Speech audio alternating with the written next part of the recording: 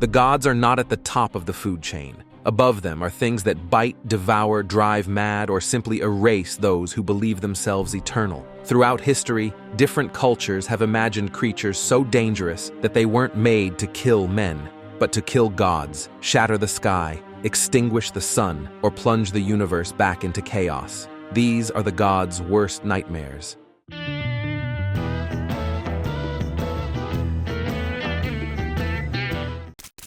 Number 1. Groot Slang.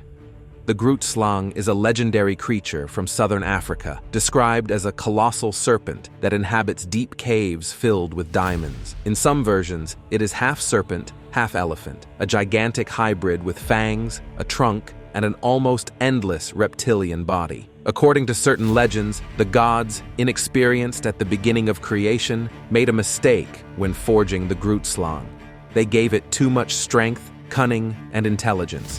When they realized they had created a monster that was too powerful, they divided it into more manageable animals like snakes and elephants. But one of those original Groot Slangs escaped. That survivor is the terror of the caves, a creature as old as the world, as greedy as humans, and so dangerous that not even the gods want to repeat the experiment.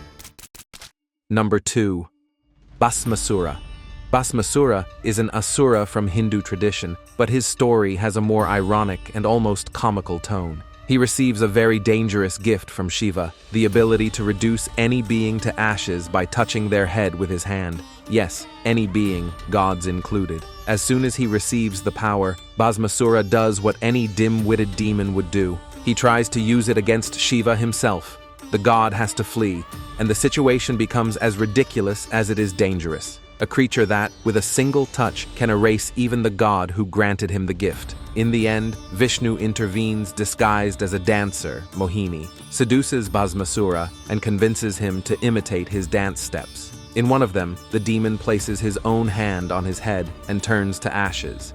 It is a clear case of a monster killing gods by mistake. Number 3. Guggalana.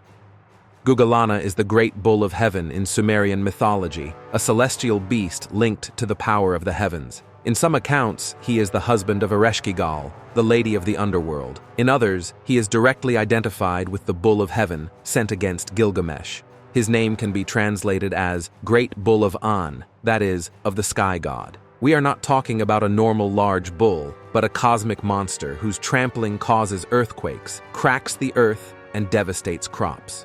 When unleashed, the bull of heaven turns fields into deserts and opens fissures through which entire cities can fall. Number 4. Mott is the monstrous personification of death in Canaanite and Ugaritic myths. It is not a skeleton with a scythe, but an entity that devours gods and men alive, associated with dust, drought, and the underworld. In the Ugaritic texts, Mott directly threatens the great lord of storms and fertility, Baal. It warns him that it will devour him like a lamb, and it fulfills its threat. Baal disappears into the jaws of this creature, and the world enters an era of sterility. The sun ceases to shine normally, and the earth dries up, as if all of creation were being slowly digested from within. Baal's sister, Anat, must descend and confront Mott in a brutal scene. She beats him, tears him apart, burns him, grinds him to pieces, and scatters his remains across the fields for the birds to devour. Even so, Mott returns years later to seek revenge, demonstrating that this creature does not truly die, and that death always returns. Number 5. Garmr. Garmr is the monstrous hound of Norse mythology, associated with hell and the end of the world. He is described as a gigantic dog or wolf, covered in blood, chained to the entrance of the realm of the dead. His howl is mentioned among the signs that herald Ragnarok. For most of the myth, Garmr is a lethal guardian. He prevents the dead from escaping and the living from entering. But at the end of times, he breaks his chains and joins the forces of chaos. He then directly confronts the god Tyr. The battle ends with both of them dead. This places Garmr in the same category as Fenrir, creatures that, while not gods themselves, are capable of dragging a god to the graveyard with them. If you're enjoying the video, subscribe so you don't miss the next ones. And if you're already one of those who never miss a video, consider becoming a channel member. You'll help me continue uncovering rare myths that almost no one touches. Number 6. Tiamat.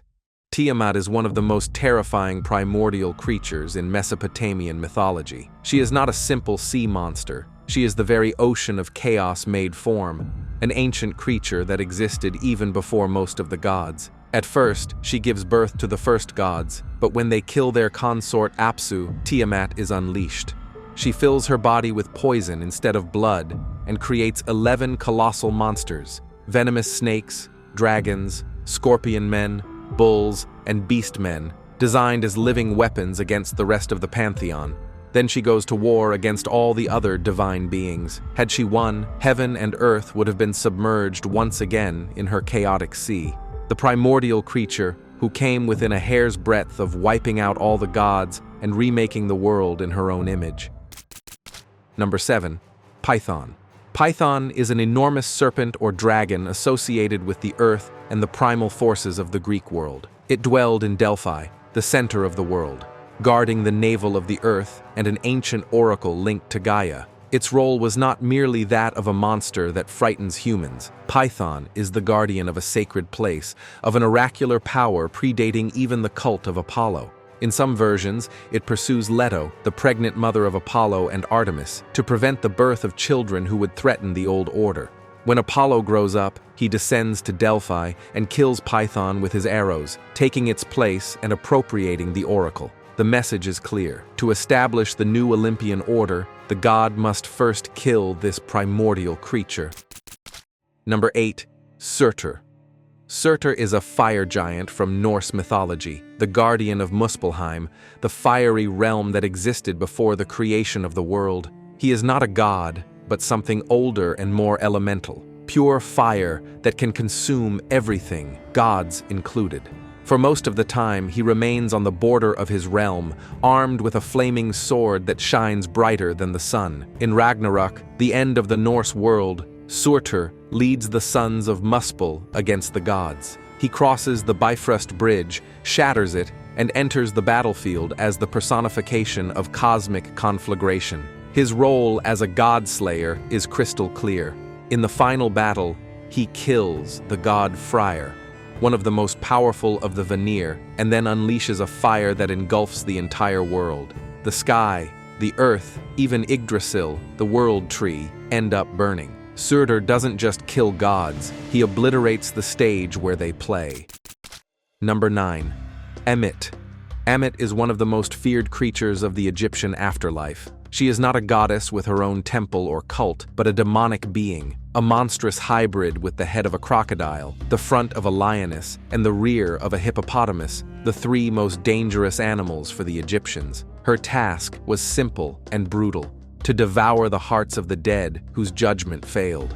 In the Hall of Two Truths, the heart was weighed against the feather of Mott. If it was heavier due to the soul's sins, Ammit devoured it. That soul was destroyed without the possibility of reincarnation or eternal life, condemned to absolute nothingness.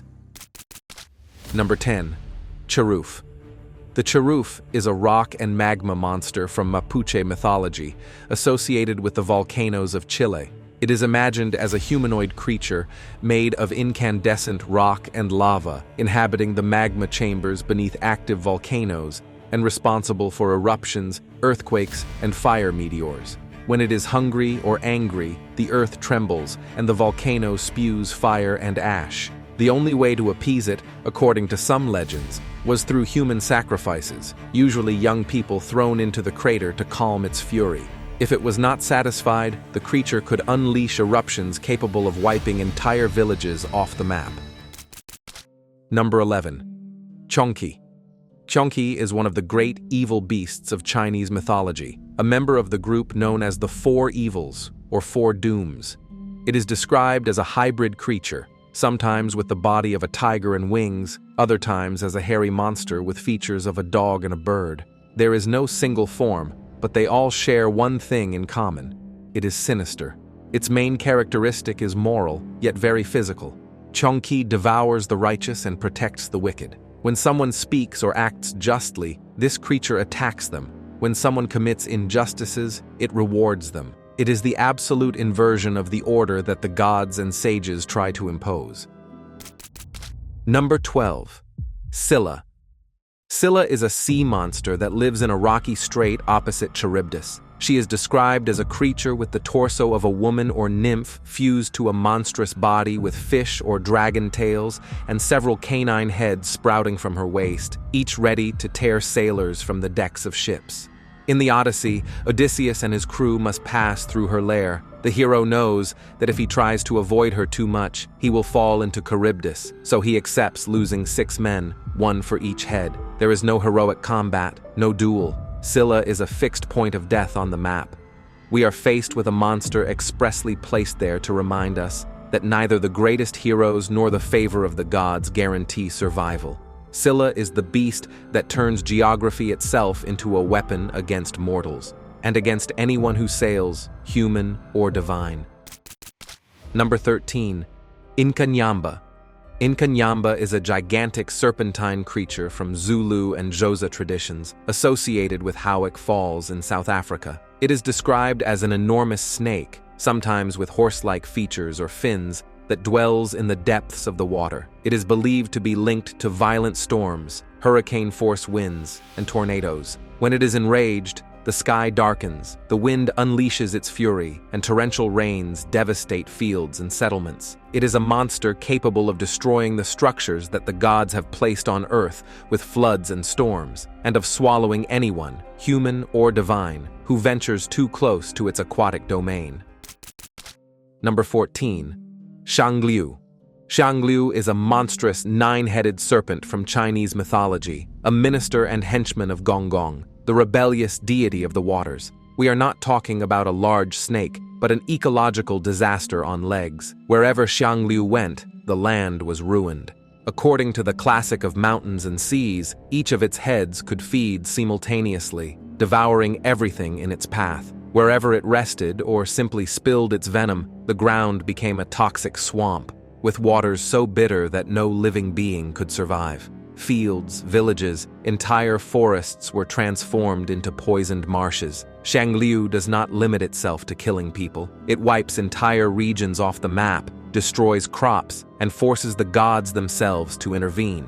In some versions, the hero Yu the Great has to deal with the consequences of its devastation in order to tame the waters of the world.